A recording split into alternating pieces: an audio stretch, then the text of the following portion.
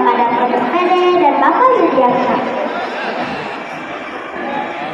Di sebuah kampung Karangboso, daerah Cilacap, ada seorang kakek kampung yang pekerjaan sehari-harinya mencari rebon atau anak udang.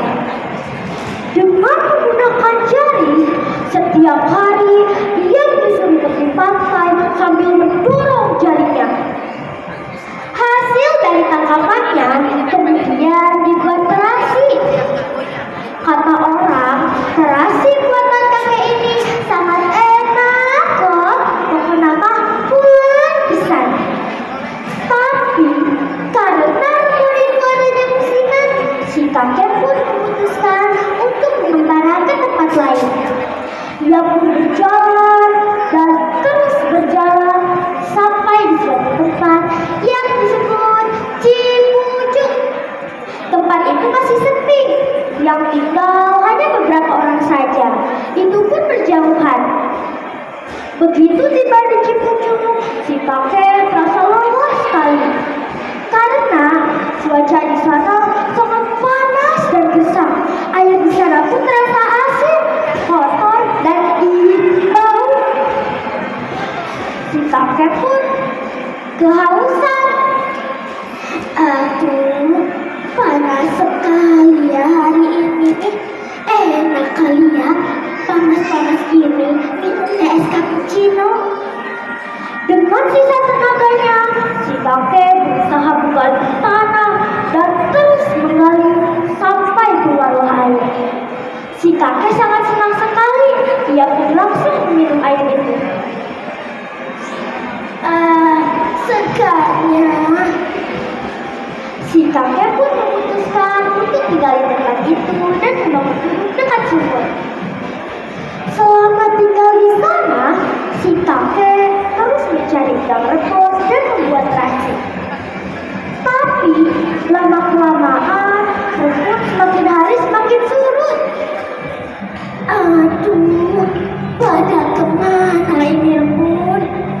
Sudah sore seperti ini, aku masih belum dapat juga. Bagaimana besok aku membuat terasinya? Si kakek pun memutuskan untuk mengembara ke tempat lain. Setelah si kakek pergi meninggalkan tempat itu, datanglah seorang perempuan cacat yang terlihat sangat kehausan. Perempuan cacat itu pun mendekati gubuk itu. Karena tidak ada orangnya, perempuan cacat itu pun masuk ke dalam gubuk itu.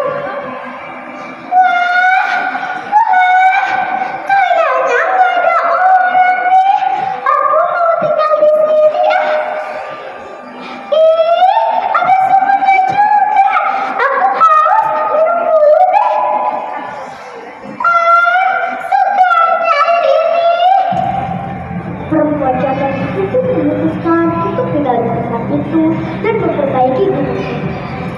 Dan akhirnya kabar keberadaan sumur yang airnya bersih dan segar itu terdengar kemana-mana, sampai orang-orang berbondong-bondong untuk mengambil air yang bersih dan segar itu.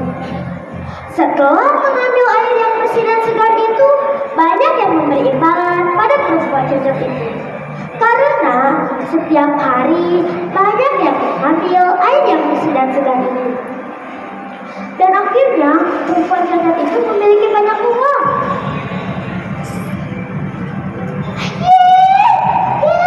Akhirnya aku banyak duit. Aku jadi kaya coy. Perempuan cacat itu pun menjadi sombong. Tiba-tiba datanglah ke gubuk itu seorang kakek yang terlihat sangat kehausan. Nyai, bolehkah Aki meminta air minum? Aki sangat kehausan. Tolonglah Nyai. Perempuan cacat itu pun menjawab, apa? Minta? Di sini gak ada yang gratis. Semua harus beli. Kebetulan air panas gratis. Yang ada air angin saja. Ambil saja ya sini tuh. Mendengar jawaban itu, si kakek sangat kesal sekali. Si kakek pun mengerusu. Apa? Air asin? Keterlaluan. Si kakek pun berjalan bertanding-tanding sambil melontarkan tongkatnya ke dalam sumur. Tanpa disadari oleh perempuan cacat itu. Dan seperti biasa, perempuan cacat itu mengisi tongkat penampungan dengan air yang diambilnya dari sumur. Menjelang sore, orang-orang kampung mulai berdatangan untuk mengambil air yang bersih dan segar itu.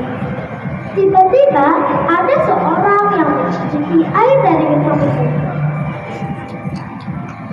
Ih, air apa ini? Rasanya asin.